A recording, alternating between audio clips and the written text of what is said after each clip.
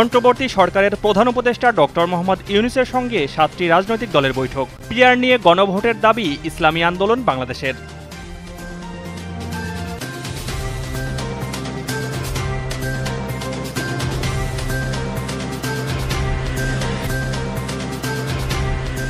ত্রয়োদশ সংসদ নির্বাচনে দায়িত্ব পালনের জন্য প্রিজাইডিং, সহকারী প্রিজাইডিং ও পোলিং কর্মকর্তা নিয়োগে প্যানেল প্রস্তুত করতে নির্দেশ দিয়েছে নির্বাচন কমিশন।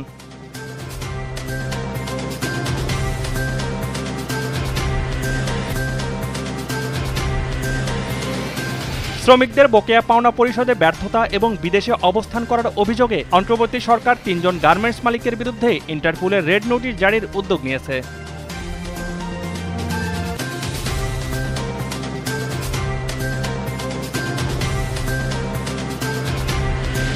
আফগানিস্তানের পূর্বাঞ্চলে শক্তিশালী ভূমিকম্পে এখন পর্যন্ত ১৪১১ জন মানুষ নিহত হয়েছেন। আহত হয়েছেন অন্তত ৩,২৫১ জন।